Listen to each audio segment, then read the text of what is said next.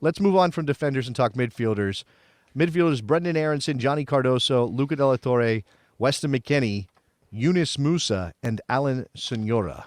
Thoughts, Mr. Dubois? The one that jumped off the page is the Johnny Cardoso edition. Now, I think a couple of things on this. Obviously, Tyler Adams not here. Huge omission due to hamstring injury at Leeds. Oh, wait, question for you. Do you believe that Tyler Adams legitimately has a hamstring injury that would prevent him from playing in these games? Yeah. No, I mean, okay. I think he has a hamstring injury that makes it so it's not worth the risk of Leeds sending him. Is that the same thing? That's what I think is happening. Okay.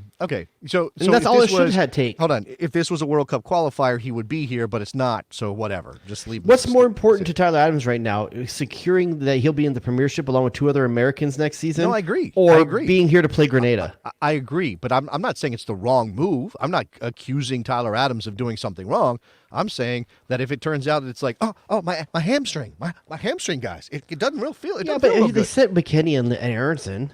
It's not like Leeds is playing games. I think you could argue that minutes wise, Tyler's carried a lot more of the load, right? Which is even if he's for sure. hurt, even if he's not hurt or he's hurt or whatever, the chance to rest him for a week is a very big deal for Leeds down the stretch right here. He's gonna play if he can, and he's gonna go 90 every time he can do it. He's got an amazing set of amazing engine under the hood there. But should we do that? Should we dub him TA90? Can we do that, or is that sounds better than MB90?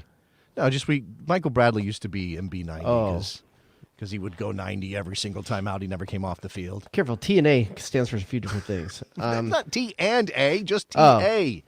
My man, bad. Your brain, man, it's broken. What happened to you? I don't want to see any T and A that's 90. 80s and 90s television ruined Jared Dubois. That's so Johnny Cardoso. Yeah, Johnny Soccer, Johnny Football. Here's my question to you, first of all. Is Johnny Cardoso the second best defensive midfielder we have? Behind Kellen Acosta, who's not here. Kellen Acosta, yeah. So not only are you're talking about, is he the third best defensive midfielder the U.S. has? Oh, man. I think there are some young guys you could argue about, but they're not more accomplished than Johnny in terms of their careers at this point. He's kind of this guy he's a bit of a mystery, right? He plays in Brazil. That's not the most visible league. He's been in the national team picture a little bit, but not enough for us to get a real sense of him. I think it's unfair to probably judge him on this small sample size, but he's never looked give you a couple names. Incredible. Let me he give was you a part of couple a names. failed. Hold on, he's part of a failed Olympic qualifying team where I think you can't blame him. But I'm just giving you all of the information I have about Johnny Cardoso, right? What I'm saying is I don't know. Like, I don't know if he's the third best defensive midfielder all right, we have. Johnny Cardoso or Jackson Ewell? I'm going to say Cardoso because I don't trust you as a defender. Johnny Cardoso or Gianluca Busio? Oh, man. Gianluca Busio's not a 6, though. I'm just trying to save guys that spent some time there. I know, but he's not a 6. He's more like a wannabe Pirlo at that position. But you need to protect him. You need to help him back there. He can't do Tyler work. So Cardoso? I guess, yeah. Cardoso or Michael Bradley? At this point, right now, this second? If you had to win a game tomorrow. Wow. And you needed your two best center defenders. Center defensive midfielders are hurt. That is the hardest. I think that's the hardest. Let's do it this way. Because it is. It is. Oh, that's poison. I'm probably being unfair to Cardoso, but he hasn't shown me that he's at a top international level. I don't know, maybe Grenada and El Salvador level, but I don't know that I would be okay with Johnny Cardoso starting a qualifier against anybody on the road in CONCACAF. It's certainly not a World Cup game or a Copa America game. But Michael Bradley. We're cheating this question a little bit. Michael Bradley is washed at this point physically.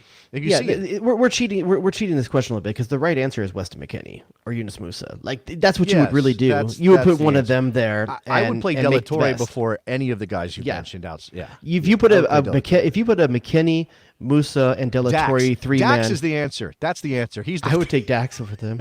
Well, actually, what about Phillies? What am I blinking?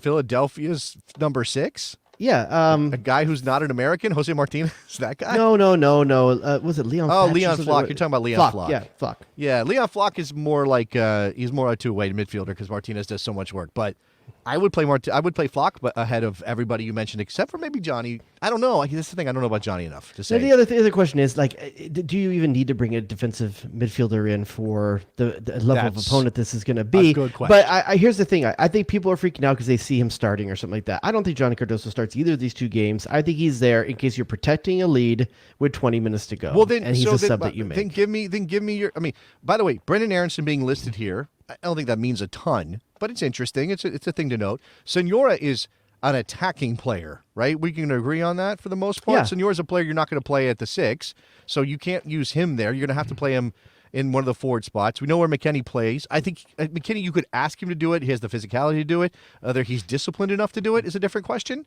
right? We're talking Just Jermaine to Jones keep this vibes. for one more second here, it's a couple from the chat. Cardoso or Jimmy Sands?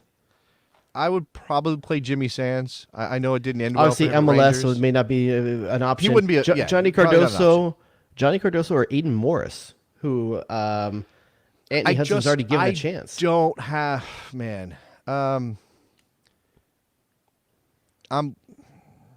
Maybe I'd give Morris a chance, but it's a flip of the coin. It's not like I think Morris. Yeah, is I agree much with better all three of player. those that we just mentioned right there with Sands, Cardoso, and Morris. None of them give you a sense of trust, but Sands has both been good and bad at this position for the U.S. national team in the times that he's had, but he has a little bit more experience.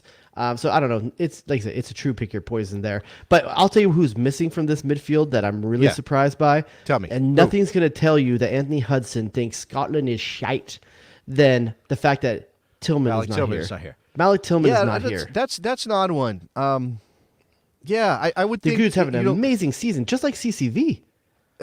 Senora over Tillman is the question, right? That's the one. I mean, or Cardoso, but I think Cardoso because he's got a more defensive profile. Tillman is hurt. We're being told that Tillman is hurt. Oh, is he? If Tillman has an apologize. injury, I then think he was that is playing at definitely least a week or two ago. And again, Maybe I Hudson missed that. kind of said like we've got guys with injury situations. We're talking. I don't know that you can look at this roster and say, oh, he chose that guy over that guy. I don't know if you can even do that based on the timing of this, the fact that he's an interim coach, and some of these players are probably not keen necessarily to come into Nations League games across the ocean.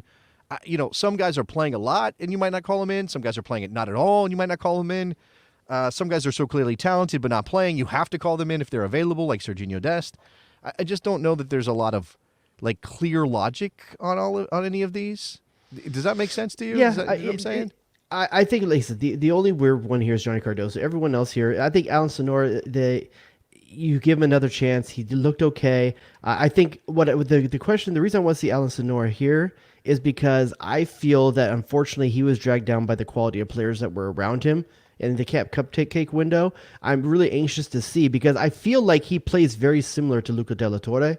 I think he looks very composed on the ball. He's very smooth with the ball, and the people that were around him were not. So I'm anxious to see what he looks like with a jump in level, and so I'm very excited to see him here. I would love to see a midfield late in the game that has a Yunus Musa, Luca De La Torre, and Alan Sonora in it, and see what they can do as a threesome. So the only one here is the question mark is Johnny Cardoso. Otherwise, the midfield has been nailed. It's good.